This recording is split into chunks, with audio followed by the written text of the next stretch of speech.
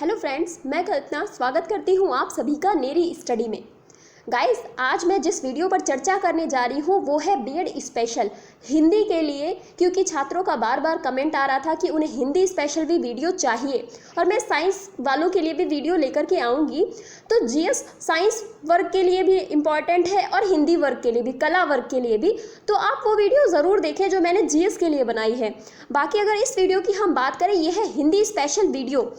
हालांकि मैंने बनाई है बीएड स्पेशल छात्रों के लिए, लेकिन आप हिंदी के लिए जो भी किसी भी एग्ज़ाम के लिए इम्पॉर्टेंट होती है तो आप इस वीडियो को देख सकते हैं। हेल्पफुल है आपके लिए। हिंदी में किस प्रकार से प्रश्न पूछे जाते हैं वो सारी जानकारी आपको यहाँ से मिल सकती है। तो आप लोग ये वीडियो ज़रूर देखें और वीडियो को लास्ट तक ज़रूर देखें। चैनल को सब्सक्राइब तो ज़रूर करें और वीडियो को ज़्यादा से ज़्यादा शेयर करें। सो स्टार्ट करते हैं, चलते हैं हमारे पहले प्रश्न की तरफ।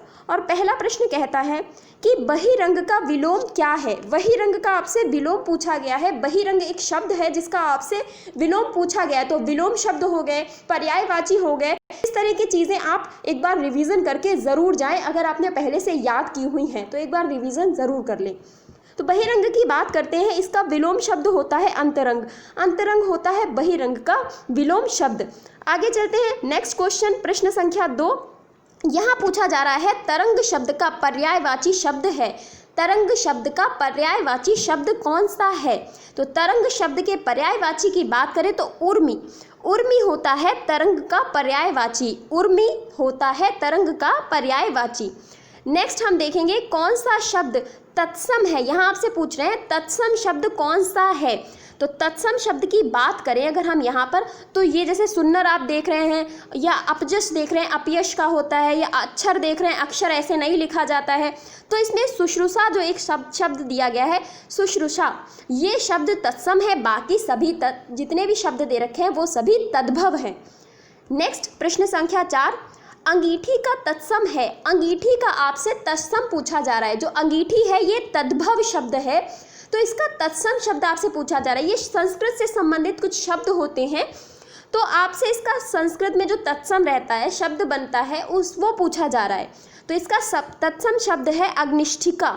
अग्निष्ठिका अंगीठी को तत्सम शब्द में प्रयोग होता है। तत्सम शब्द इसका होगा अग्निष्ठिका।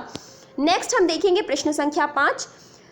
प्रश्न संख्या 5 कहता है कि पीपर पात सरिस मन डोला। ये पन नहीं होगा, मन होगा, टाइपिंग मिस्टेक है। पीपर पात सरिस मन डोला। तो ये आपसे पूछा जा रहा है कि कौन सा अलंकार है। अलंकार भी एग्जाम्स में आते हैं, तो आप एक बार रिवीजन ज़रूर कर लें। तो पीपर पात सरिस मन डोला, इसमें उपमा अलंकार है। उपमा अलंकार पीपर पात सरिस मन डोला में है। नेक्स्ट हम देखेंगे मखमल के गले पड़े हाथी सा टीला। मखमल के गले पड़े हाथी सा टीला, आपसे पूछा जा रहा है कि इसमें कौन सा अलंकार है। तो इसमें भी उपमा अलंकार है। मखमल के गले पड़े हाथी सा टीला में भी उपमा अलंकार है। नेक्स्ट क्वेश्चन हम देखेंगे। नेक्स्ट क्वेश्चन कहता है वही मनुष्य है जो मनुष्य के लिए मरे। वही मनुष्य है जो मनुष्य के लिए मरे। तो इसमें आपसे अलंकार पूछा जा रहा है, तो हो सकता है कि आपसे कुछ कठिन अलंकार भी पूछे जा सकते हैं। तो आप सिर्फ रूपमा, रूपक, उपमा इस प्रकार के अलंकार ही मत पढ़ के जाइएगा। तो इसमें जो अलंकार है वही मनुष्य जो मनुष्य के लिए मरे, इसमें जो अलंकार है वो लाटानुप्रास अलंकार है। लाटानुप्रास अलंकार इसमें प्रयोग किया गया है। प्रश्न संख्या 8 कहता है कि वह इष्ट देव के मंदिर की पूजा सी। वह इष्ट देव के मंदिर की पूजा सी, वह दीप शिखा सी शांत भाव में लीन, वह टूटे तरु की छूटी लत सी दीन, दलित भारत की विधवा है। तो इसमें आपसे अलंकार पूछा जा रहा है और इसमें एक नया अलंकार मुझे मिला, उपधामा। उपधामा अलंकार। हालांकि ये क्वेश्चन बहुत ज़्यादा इंपॉर्टेंट नहीं है, पर एक नज़र आप डाल सकते हैं इस प्रश्न पर, और ये पूछा गया है एग्जाम में, इसीलिए मैंने इसे ऐड किया है। नेक्स्ट हम देखेंगे नहीं पराग नहीं मधुर मधु, नहीं विकास यही काल, अली कली हिंसो बंधियो, आगे कौन हवाल। तो इसमें आपसे पूछा जा रहा है कि कौन सा अलंकार का प्रयोग किया गया है। नहीं पराग नहीं मधुर मधु, नहीं विकास यही काल, अली कली हिंसो बंधियो, आगे कौन हवाल। तो इसमें जो अलंकार का प्रयोग किया गया है वो है अन्योक्ति अलंकार। अन्योक्ति अलंकार का प्रयोग इसमें किया गया है। नेक्स्ट हम देखेंगे, नेक्स्ट कहता है कहे कवि बेनी बैनी व्यावला को चुराई लीनी। ये है कहे कवि बेनी बैनी व्याल्व को चुराई लीनी। इसमें आपसे अलंकार पूछा जा रहा है और इसमें यमक अलंकार है। बेनी बैनी दो शब्द, तो इसमें अलग अलग अर्थ रहता है, इस तरीके का कुछ रहता है ना, तो आप याद रखिएगा इसमें कौन सा है, यमक अलंकार है। कुछ उदाहरण बार बार एग्जाम्स में रिपीट होते हैं, तो उन्हें आप एक बार पढ़ेंगे तो आपके दिमाग में स्थिर हो जाएगा। जैसे कनक कनकते सौगुनी बहुत बार एग्जाम्स में पूछा जाता है, तो एग्ज़ाम एकदम जब इतनी बार पूछा गया है तो आपको रट गया है कि हाँ इसमें अलंकार कौन सा है, आपको पता है। तो आप इस तरीके से उदाहरण पढ़ लीजिए ताकि आपसे यदि पूछा जाए तो आपके दिमाग पे तुरंत वो उदाहरण का उत्तर आ जाए। नेक्स्ट हम देखेंगे प्रश्न संख्या 11। प्रश्न संख्या 11 कहता है या मुरली मुरलीधर की अधराज धरी अधराजन धरौंगी। या मुरली मुरलीधर की अधराज धरी अधरान धरौंगी। इसमें आपसे पूछा जा रहा है कि कौन सा अलंकार है। तो इसमें आपसे पूछा जा रहा है कि इसमें कौन सा अलंकार है। या मुरली मुरलीधर की अधराज धरी अधरान धरौंगी। इसमें जो अलंकार है वो यमक अलंकार है। इसमें भी यमक अलंकार का प्रयोग किया गया है। नेक्स्ट हम देखेंगे प्रश्न संख्या 12 कि किस शब्द में उपसर्ग का प्रयोग हुआ है। वो कौन सा शब्द है जिसमें उपसर्ग का प्रयोग हुआ है। जो इसका सही उत्तर है वो है उपकार। उपकार में उपसर्ग का प्रयोग किया गया है। बाकी पढ़ाई पर अगर आप ध्यान दें तो इसमें भी ऐसा कुछ नहीं है, अपनापन में भी नहीं, लाभदायक में भी नहीं। अगर उपसर्ग की बात आएगी तो उपकार इसका बिल्कुल सही उत्तर होगा। नेक्स्ट हम देखेंगे प्रश्न संख्या 13, इनमें से कौन सी जातिवाचक संज्ञा से भाववाचक संज्ञा बनाया गया। मतलब पहले ये जातिवाचक संज्ञा शब्द था परंतु इसको जातिवाचक संज्ञा से भाववाचक संज्ञा बनाया गया। तो बुढ़ापा, अपनापन, सजावट और कठोरता। यदि बुढ़ापा की बात करें तो ये शब्द पहले था बूढ़ा। बूढ़ा जो सभी बूढ़ों को, मतलब जितने भी वृद्ध व्यक्ति हैं उनको बताता है कि सारे शब्द, मतलब जितने भी बूढ़े व्यक्ति हैं उनके लिए बूढ़ा शब्द का प्रयोग किया जाता है। तो वो जातिवाचक संज्ञा हो गई। परंतु जब इसे भाववाचक संज्ञा में बदला गया तो बुढ़ापा एक भाव है, तो वो भाववाचक संज्ञा में परिवर्तित हो गया। तो बुढ़ापा इसका बिल्कुल सही उत्तर होगा। नेक्स्ट हम देखेंगे प्रश्न संख्या 14। प्रश्न संख्या 14 कहता है कि निम्नलिखित में से विराम चिन्ह नहीं है। तो कौन सा वो है जो विराम चिन्ह नहीं है। विराम चिन्ह आपसे पूछा जा रहा है कि इनमें से कौन सा नहीं है। इनमें से जो विराम चिन्ह नहीं है वो है अवतरण। अवतरण क्योंकि अल्प विराम भी, इसमें तो विराम आ ही रहा है। निर्देशक चिन्ह भी विराम ही का एक प्रकार होता है और पूर्ण विराम तो इस तरह से लगाया जाता है, वो तो पूर्ण विराम होता ही है। तो अवतरण जो है इसमें वो पूर्ण विराम या विराम चिन्ह का प्रकार नहीं है। आगे हम देखेंगे वाक्य के घटक होते हैं। कौन कौन से वाक्य के घटक होते हैं। इसमें ये आपसे पूछा जा रहा है कि वाक्य के घटक होते हैं। जो इसका सही उत्तर है वो है उद्देश्य और विधेय। उद्देश्य और विधेय वाक्य के घटक होते हैं। नेक्स्ट प्रश्न संख्या 16, किस शब्द में आवा प्रत्यय नहीं है। वो कौन सा शब्द है। क्या वो दिखावा है, भुलावा है, लावा या चढ़ावा। तो चढ़ से चढ़ावा आवा प्रत्यय लगाकर बना, भूल से भुलावा बना, दिख से दिखावा बना। परंतु लावा, लावा एक अलग शब्द है। अब इसमें ला से आवा तो नहीं बन सकता, तो लावा एक अलग शब्द है। इसमें किसी भी प्रकार का प्रत्यय का प्रयोग नहीं किया गया है। नेक्स्ट हम देखेंगे प्रश्न संख्या 17। प्रश्न संख्या 17 कहता है कि हिंदी किस भाषा परिवार की भाषा है। हिंदी किस भाषा परिवार की भाषा है। तो इसकी बात करें ये भारोपीय परिवार की भाषा है। मोस्ट इम्पॉर्टेंट प्रश्न है, हो सकता है ये प्रश्न फिर से रिपीट किया जाए। तो हिंदी भारोपीय परिवार की भाषा है। जिन्हें नहीं पता है आज उन्हें ये बात पता चल गई। नेक्स्ट हम देखेंगे प्रश्न संख्या 18 जो कि कहता है कि शुद्ध वर्तनी का चयन कीजिए। अब आप बताइए कि इसमें से वो कौन सा शब्द है जो बिल्कुल सही लिखा हुआ है, जिसकी वर्तनी बिल्कुल शुद्ध है। तो इनमें से सभी अगर आप देखेंगे, इनमें से कृपा बिल्कुल सही लिखा हुआ है। बी बिल्कुल सही उत्तर है। कृपा को ऐसे ही लिखा जाता है, ना कि ऐसे। ये तो कृपा हो गया, ये कृपा ऐसे नहीं लिखा जाता, ये कृप लिखा हुआ है। तो जो सही उत्तर है वो बी होगा। नेक्स्ट प्रश्न संख्या 19। प्रश्न संख्या 19 कहता है कि निम्नलिखित में से किस शब्द में प्रत्यय लगा हुआ है। प्रत्यय आपसे पूछा गया है तो प्रत्यय, उपसर्ग, इस तरीके की चीज़ें आप भी एक बार फिर से पढ़ लीजिएगा। तो प्रत्यय पूछा जा रहा है कि कौन से शब्द में प्रत्यय लगा हुआ है। तो जादू से जादूगर बना, जादू से जादूगर बना, तो गर, जादूगर में प्रत्यय का प्रयोग किया गया है, तो ये प्रत्यय से बना हुआ शब्द है। नेक्स्ट हम देखेंगे प्रश्न संख्या 20 जो कहता है क वर्ण किसके योग से बना है। तो जब हम का वर्ण का प्रयोग करते हैं तो कह रहे हैं वो किसके प्रयोग मतलब किसके योग से बना हुआ है, कौन कौन से वो शब्द हैं जिनको मिलाकर का वर्ण बना हुआ है। तो अगर हम इसकी बात करें तो ये बना हुआ है का प्लस आ, का जो कि आधा का है। आप इसे देख रहे हैं हलंत लगा हुआ है, तो ये आधा का है। और इसमें जब आ वर्ण को मिलाया गया, आ को मिलाया गया, तब का वर्ण बना। बराबर इसका क्या मतलब, तब उसके बाद का ये वर्ण बनकर के तैयार हुआ, आधा का प्लस आ। नेक्स्ट प्रश्न संख्या 21 की बात करें, हिंदी भाषा का जन्म हुआ है। आपसे पूछा जा रहा है कि हिंदी भाषा का जन्म किस भाषा से, कहाँ से हुआ है, क्या लौकिक संस्कृत से हुआ है या वैदिक संस्कृत से हुआ है या पाली और प्राकृत भाषा से हुआ है या फिर ये अपभ्रंश भाषा से हिंदी भाषा का जन्म हुआ है। तो जो इसका सही उत्तर है वो है अपभ्रंश से। हिंदी भाषा का जन्म अपभ्रंश से हुआ है। नेक्स्ट हम देखेंगे प्रश्न संख्या 22। इसमें आपसे पूछा जा रहा है स्पर्श व्यंजन कितने प्रकार के होते हैं। स्पर्श व्यंजन आपसे पूछे जा रहे हैं कि कितने प्रकार के होते हैं, तो इनकी संख्या तो आपको रटनी ही पड़ेगी और फिर वो कौन कौन से होते हैं ये भी रटना पड़ेगा। तो जो स्पर्श व्यंजन होते हैं वो 25 होते हैं, 25 प्रकार के होते हैं स्पर्श व्यंजन। नेक्स्ट प्रश्न संख्या 23। प्रश्न संख्या 23 कहता है कि निम्नलिखित वाक्यों में से मिश्र वाक्य कौन सा है। मिश्र वाक्य जो दो वाक्यों से मिलकर मतलब उसमें मिश्र हुए हैं, मिले हुए हैं दो वाक्य, तो वो आपसे पूछा जा रहा है मिश्र वाक्य कौन सा है। तो इसका सही उत्तर है कि सेठ जानता है कि नौकर ईमानदार है, मतलब सेठ जानता है एक और फिर नौकर ईमानदार है दो, तो सेठ जानता है कि नौकर ईमानदार है, ये बिल्कुल सही है, ये एक मिश्र वाक्य का उदाहरण है। नेक्स्ट हम देखेंगे कि वह, प्रश्न संख्या 24 कहता है कि वह कौन सा व्यक्ति है जिसने जवाहरलाल नेहरू का नाम न सुना हो।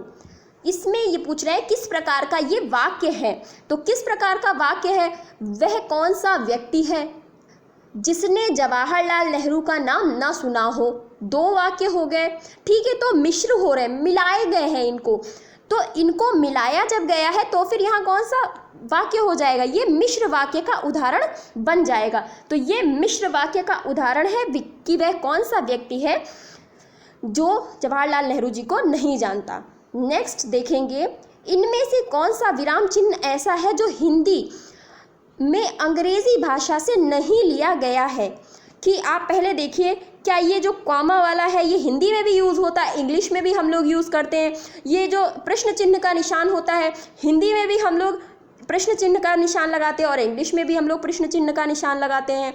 ये जो निशान है ये भी हम लोग, ये जो चिन्ह है इसका भी प्रयोग हिंदी में और इंग्लिश दोनों में होता है, परंतु जो विराम है ये पूर्ण विराम ये सिर्फ और सिर्फ हिंदी भाषा में यूज़ होता है, सिर्फ और सिर्फ हिंदी भाषा में इसका प्रयोग किया जाता है। तो ये हिंदी भाषा का है, अंग्रेजी भाषा से नहीं लिया गया।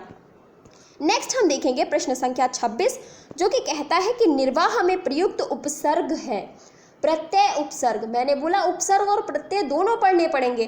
तो निर्वाह में आपसे उपसर्ग पूछा जा रहा है, तो इसमें जो उपसर्ग है वो है निर उपसर्ग का इसमें प्रयोग किया गया है, निर उपसर्ग का प्रयोग किया गया है।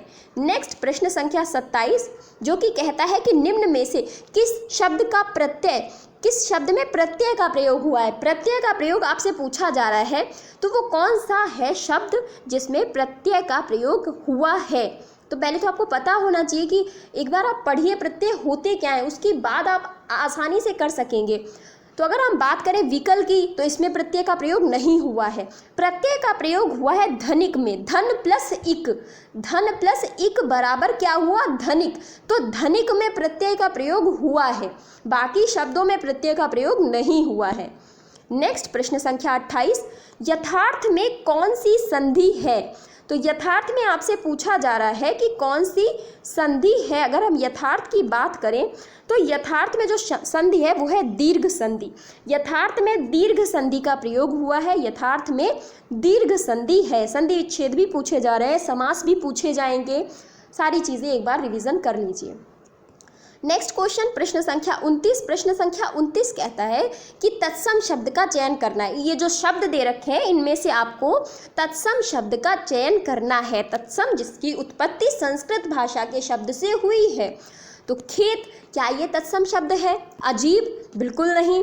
उद्गम और कोट, कोट तो बिल्कुल नहीं हो सकता। उद्गम जो है वो तत्सम शब्द है, उद्गम जो है वो तत्सम शब्द है। बाकी जो जितने भी शब्द हैं आप इनको तद्भव की श्रेणी में रख सकते हैं। तो उसका सही उत्तर है उद्गम, बिल्कुल इसका सही उत्तर है। नेक्स्ट हम देखेंगे प्रश्न संख्या 30 कहता है कि भूतकाल के कितने भेद हैं? भूतकाल के कितने भेद हैं? तो भूतकाल के 7 भेद हैं। कितने भेद हैं भूतकाल के? 7 भेद हैं, कुल 7 भेद हैं भूतकाल के। नेक्स्ट, निम्नलिखित में से किस वाक्य में अकर्मक क्रिया है? अकर्मक क्रिया मतलब जिसमें कोई कार्य नहीं हो रहा है, मतलब अपने आप कार्य हो रहा है, आप किसी व्यक्ति के द्वारा कोई कार्य नहीं किया जा रहा है। तो राम पत्र लिखता है, तो राम तो स्वयं पत्र लिख रहा है, मतलब क्रिया कर रहा है। मैं बालक को जगवाता हूँ, तो कोई अगर बालक को जगा रहा है तो उसको हिलाएगा, कहेगा भाई उठ जाओ, इतनी देर से सो रहे हो, या जैसे भी जगाने का जो भी तरीका है। गेहूँ पिस रहा है। फिर लास्ट है मदन गोपाल को हंसा रहा है, तो कोई किसी को हंसाता है, उसके लिए कुछ एफर्ट्स करता है, कुछ तरह तरह की क्रियाएं करता है, तो ये भी क्रिया चल रही है। परंतु गेहूं पिस रहा है, गेहूं तो अपने आप पिस रहा है ना भाई, कोई व्यक्ति उसमें हाथ डाल के तो बैठेगा नहीं, वो तो अपने आप मशीन में डाल दिया गया, उसके बाद वो फिर पिसता रहता है। तो गेहूं अपने आप पिस रहा है, ये अकर्मक क्रिया है। अगर ये होता कि राम गेहूं पीस रहा है तो शायद ये अकर्मक क्रिया नहीं होता, परंतु गेहूं पिस रहा है इसीलिए ये अकर्मक क्रिया है। नेक्स्ट हम देखेंगे प्रश्न संख्या 32। प्रश्न संख्या 32 कहता है कि इनमें से कौन सी, पूछ रहे हैं इनमें से कौन सी शब्द समूहवाचक संज्ञा है। आपसे पूछा जा रहा है कि इन सब में से कौन सी समूहवाचक संज्ञा है। तो सभा की बात अगर होती है, सभा में बहुत सारे लोग होते हैं, सभा की जहाँ पर बात आ रही है तो वो समूहवाचक संज्ञा का उदाहरण बन जाती है। नेक्स्ट हम देखेंगे वाक्य के अशुद्ध भाग का आपको चयन करना है। तो वो कौन सा इनमें से वाक्य है जो अशुद्ध है, उसका आपको चयन करना है। राम के धनुष भंग करते ही, राम के धनुष भंग करते ही दूसरे राजाओं के वक्ष पर सांप लौटने लगे। तो क्या आपको ये वक्ष पर सांप लौटने लगे ठीक लग रहा है? बिल्कुल नहीं, ये गलत है, ये बिल्कुल अशुद्ध है। वक्ष पर सांप लौटने लगे ये गलत है, यहाँ पर इसका प्रयोग नहीं होना चाहिए था। बाकी सही है, राम के धनुष भंग करते ही दूसरे राजाओं के, तो ये दोनों वाक्य सही हैं। बाकी तीसरा तो, चौथा तो अपने आप ही डिलीट हो जाता है। तो नेक्स्ट हम देखेंगे प्रश्न संख्या 34। प्रश्न संख्या 34 कहता है कि इनमें से कौन किस शब्द में हलंत संबंधी अशुद्धियां नहीं है, मतलब कौन सा ऐसा शब्द है जिसमें हलंत संबंधी अशुद्धियां नहीं हैं। तो जो इसका सही उत्तर है वो है बुद्धिमान। बुद्धिमान शब्द बिल्कुल ऐसे ही लिखा जाता है और सेम इसी प्रकार से हलंत का प्रयोग इसमें होता है। बल्कि श्रीमान की बात करें तो इसमें भी हलंत लगता है, भविष्यत में इसमें हलंत नहीं लगता है, सतचित में भी हलंत का प्रयोग किया जाता है। तो अगर आपसे पूछा जाए हलंत संबंधी अशुद्धियाँ नहीं हैं तो वो नहीं है बुद्धिमान में, बाकी सभी में हैं। नेक्स्ट प्रश्न संख्या 35। प्रश्न संख्या 35 कहता है कि शा कौन सा व्यंजन है। आपसे पूछा जा रहा है कि शा कौन सा व्यंजन है। तो शा एक ऊष्म व्यंजन है, ऊष्म व्यंजन है शा एक ऊष्म व्यंजन है। नेक्स्ट प्रश्न संख्या 36। समुद्र मंथन करना का अर्थ है, अर्थ क्या है इसका? ये जो शब्द आपको दिया गया है समुद्र मंथन करना, इसका अर्थ है कठोर परिश्रम करना, मतलब बहुत मेहनत करी। क्योंकि समुद्र मंथन का अगर आप उदाहरण ले रहे हैं तो इसका अर्थ है समुद्र का मंथन इजीली नहीं हुआ था, बहुत सारे देवी देवताओं ने एक साथ होकर एकजुट होकर के मेहनत की थी, उसके बाद समुद्र मंथन हुआ था, तो वो कठोर परिश्रम करना पड़ा ना, तो इसीलिए इसका अर्थ है कठोर परिश्रम करना। नेक्स्ट देखेंगे प्रश्न संख्या 37। चिरायु शब्द में चिरायु शब्द में प्रयुक्त उपसर्ग है, इसमें आपसे उपसर्ग पूछा गया है कि चिरायु में कौन सा उपसर्ग का प्रयोग किया गया है। इसमें चिर उपसर्ग का प्रयोग किया गया है, चिर उपसर्ग का प्रयोग इसमें किया गया है। नेक्स्ट हम देखेंगे प्रश्न संख्या 38 कहता है कि जस दूल्हा तन बनी बारात का अर्थ है, जस दूल्हा तन बनी बारात, इसका अर्थ आपसे पूछा जा रहा है। तो इसका अर्थ मतलब जैसा दूल्हा वैसी ही बारात, तो मतलब सभी साथी एक ही जैसे, सभी साथी एक ही जैसे, ये इसका अर्थ निकल कर आ रहा है कि जैसा दूल्हा है वैसे उसकी सारी बारात के लोग हैं, कि अगर दूल्हा अच्छा नहीं है तो बाकी सारी बाराती भी अच्छे नहीं है, और अगर दूल्हा अच्छा है तो बाकी सारे बाराती भी अच्छे हैं। इसका अर्थ आप इस तरह से निकाल सकते हैं। तो सभी साथी एक ही जैसे हैं, उसे कह सकते हैं जस दूल्हा तन बनी बारात। नेक्स्ट देखेंगे प्रश्न संख्या 39, ये कहता है कि निम्न वाक्यों में से संयुक्त वाक्य कौन सा है। संयुक्त वाक्य आपसे पूछा जा रहा है कि संयुक्त वाक्य कौन सा है। तो जो संयुक्त वाक्य है आप देखिए, रूपा चाहती है कि वे नौकरी करे, गीता जिस घर में रहती है बहुत गंदा है, वह खाना खाकर सो गया, उसने खाना खाया और सो गया। तो उसने खाना खाया और सो गया, और से इसे जोड़ा गया है, संयुक्त व्यंजन है। वह सो गया, वह खाना, उसने खाना खाया, तो संयुक्त व्यंजन और से इसे जोड़ा गया है। तो संयुक्त व्यंजन का उदाहरण है उसने खाना खाया और वह सो गया। नेक्स्ट प्रश्न संख्या 40, प्रश्न संख्या 40 कहता है कि किस शब्द में उपसर्ग का प्रयोग हुआ है। आपसे पूछा जा रहा है कि किस शब्द में उपसर्ग का प्रयोग हुआ है। तो यहाँ आपसे ये पूछा जा रहा है, इसका सही उत्तर है उपकार। उपकार में उपसर्ग का प्रयोग किया गया है, उपकार में उपसर्ग का प्रयोग किया गया है। सो नेक्स्ट क्वेश्चन इज, अरे उसने तो कमाल कर दिया वाक्य। ये आपसे वाक्य एक पूछा जा रहा है और इसमें आपका वाक्य का प्रकार पूछा जा रहा है कि अरे उसने तो कमाल कर दिया, ये वाक्य कौन सा है। तो ये जो वाक्य है ये वाक्य है विस्मय बोधक। अरे इस तरीके के शब्दों का प्रयोग जहाँ पर ये वाला चिन्ह लगता है, इसको बोला जाता है एपोस्ट्रोफ एस नहीं, तो बोला ये तो नहीं बोला जाता है, मुझे याद नहीं आ रहा अभी इंग्लिश में से क्या बोलते हैं। तो फिलहाल हिंदी में इसे विस्मय बोधक कहते हैं। तो ये चिन्ह का प्रयोग किया जहाँ पर जाता है अरे उसने तो कमाल कर दिया, मतलब विस्मय, एकदम से थोड़ा आश्चर्यचकित हो जाना। तो इस प्रकार के शब्द होते हैं विस्मय बोधक शब्द। तो ये चीज़ आप याद रखेंगे। नेक्स्ट हम देखेंगे प्रश्न संख्या 42, जो कि कहता है बहाव शब्द में प्रयुक्त प्रत्यय कौन सा है। बहाव शब्द में प्रयुक्त प्रत्यय कौन सा है। तो बहाव में जो प्रत्यय यूज हुआ है वो है आव प्रत्यय, बह प्लस आव, बहाव, बह प्लस आव। तो ये प्रत्यय जो पीछे यूज होते हैं और उपसर्ग जो आगे प्रयोग होते हैं। तो एक सिंपल सी पहचान आप ऐसे ही समझ लीजिए, प्रत्यय जिनका प्रयोग पीछे किया गया है और उपसर्ग जिनका प्रयोग आगे किया जाता है।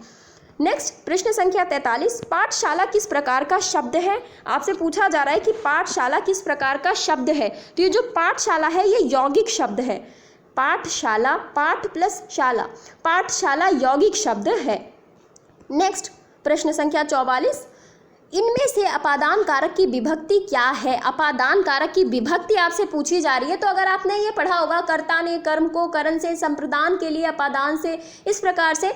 तो अपादान से शब्द का प्रयोग होता है। कर्ता ने कर्म को करण से, संप्रदान के लिए अपादान से।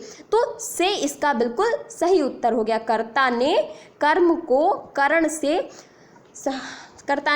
करण से, संप्रदान के लिए अपादान से। अपादान से मतलब होता है किसी से अलग होना। जैसे पेड़ से पत्ता गिरता है तो पत्ता पेड़ से अलग हो रहा है, तो ये अपादान कारक हो जाता है। तो कारक भी आपको पढ़ना है। तो आप एक लिस्ट बना लीजिए कि क्या क्या चीज़ें आपको पढ़नी है और आप इन्हें रिवीजन कर सकते हैं, अभी भी आपके पास समय है। नेक्स्ट प्रश्न संख्या 45 कहता है कि वाक्य के अशुद्ध भाग का आपको इसमें चयन करना है कि वो भाई जो वाक्य दे रखा है इसका अशुद्ध एक पार्ट कौन सा है। तुम कक्षा में आते हो, कोई त्रुटि नहीं है, साथ क्यों नहीं लाते, तो तुम्हारी पुस्तक। तो तुम कक्षा में आते हो, साथ क्यों नहीं लाते, तो तुम्हारी पुस्तक। तो तुम्हारी पुस्तक कोई सही लग रहा है? बिल्कुल नहीं सही लग रहा है। तुम कक्षा में आते हो, साथ क्यों नहीं लाते, अपनी पुस्तक, इस तरीके से हो सकता था। तो तुम्हारी पुस्तक तो गलत है, बिल्कुल भी गलत है। तो यही इसका अशुद्ध वाक्य हो गया। नेक्स्ट क्वेश्चन, प्रश्न संख्या 46, जो कहता है कि पवित्र शब्द में प्रयुक्त संधि का नाम। आपसे संधि पूछी जा रही है, पवित्र में कौन सी संधि है? तो पवित्र में जो संधि है वो है अयादि संधि। अयादि संधि का प्रयोग पवित्र में हुआ है। अयादि के और भी उदाहरण हैं प्रसिद्ध, जैसे नायक, इस प्रकार से। तो ये सारे अयादि के ही उदाहरण हैं। नयन, ये अयादि संधि के उदाहरण होते हैं, याद कर लीजिएगा।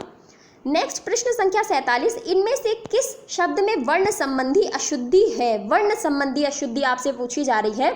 तो अनाधिकार, अनुकूल, अमरूद, स्थान। तो आप देखिए कि कौन सा शब्द सही लिखा है। अनाधिकार बिल्कुल सही लिखा है, अमरूद ऐसे ही लिखा जाता है और स्थान भी ऐसे, पर अनुकूल नहीं होता है, अनुकूल होता है। तो अनुकूल, ये भी बिल्कुल ही गलत है। इसका सही उत्तर हो जाएगा अनुकूल। तो यही अशुद्ध है और इसका सही उत्तर है।